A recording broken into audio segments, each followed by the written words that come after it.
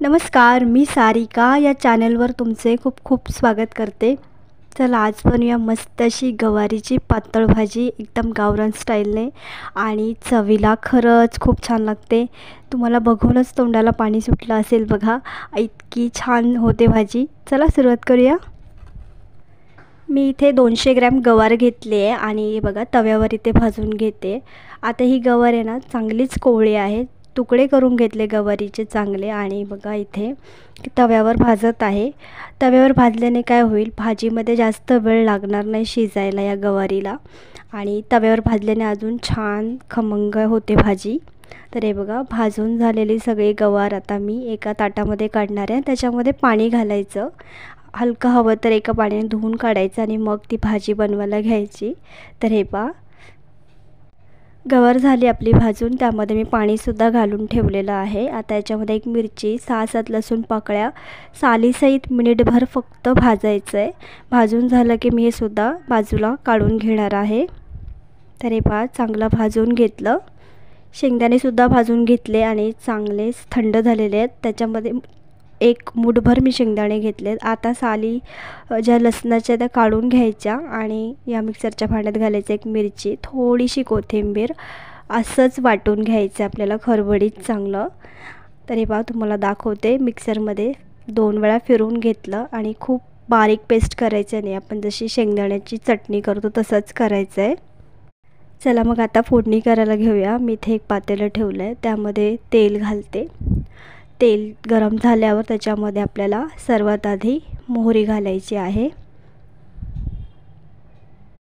मी इथे पाव चमचा मोहरी घातले। मोहरी चांगली फुलून द्यायची आहे। मग त्यामध्ये कांदा घालणार आहे। इथे एक बारीक चिरलेला मी कांदा घालते। त्यापूर्वी कढीपत्ता घालून घेतला आणि इथे कांदासुद्धा घातलेला आहे। कांदा जरा कमीच वापरायचा, नाही तर मग ती गोड लागेल, कारण आपण शेंगदाणे यामध्ये घालणार आहे ना, त्यामुळे पातळ भाजीसाठी एक कांदा पुरेसा आहे। कांदा सोनेरी होईपर्यंत परतून घेते। हे पहा इथे कांदासुद्धा चांगला सोनेरी झाला आहे। आता याच्यामध्ये एक टोमॅटो घालते बारीक चिरलेला। त्यावर लगेच हळद घालून घेतली पाव चमचा आणि मीठ घालायचं आहे। पटकन सगळं चांगलं परतून घ्यायचं, मिक्स करून घ्यायचं आणि टोमॅटो नरम होण्यासाठी मी मग झाकण ठेवणार आहे, म्हणजे आपले टोमॅटो पटकन गळतील आणि जास्त वेळ लागणार नाही।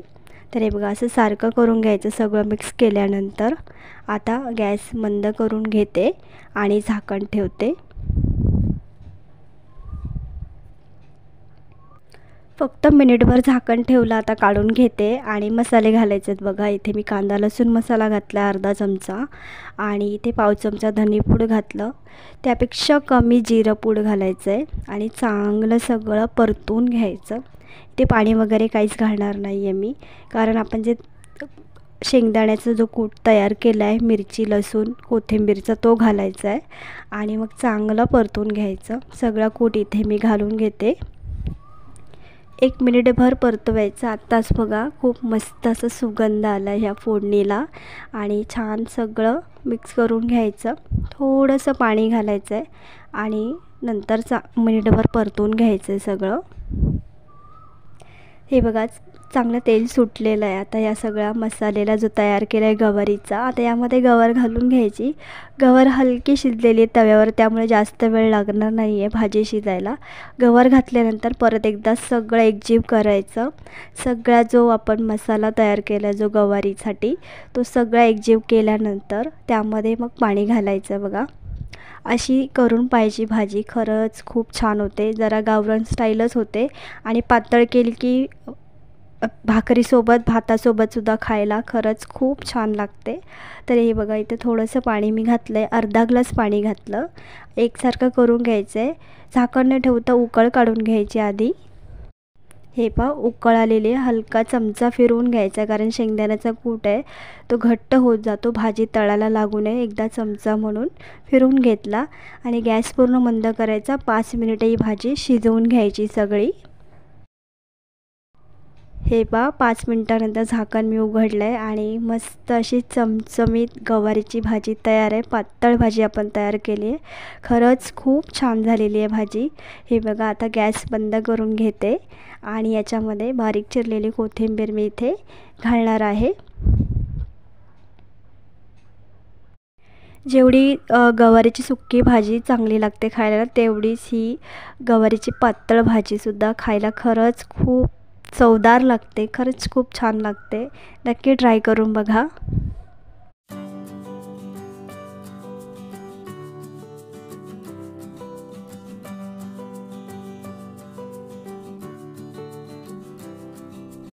ही अशी केलेली आहे मी गवारीची पातळ भाजी आणि खरंच खूप छान झालेली आहे. रेसिपी आवडली असेल तर व्हिडिओला लाईक करा. चॅनलवर नवीन असाल तर सबस्क्राईब करून घ्या. चला भेटूया नवीन व्हिडिओमध्ये. धन्यवाद.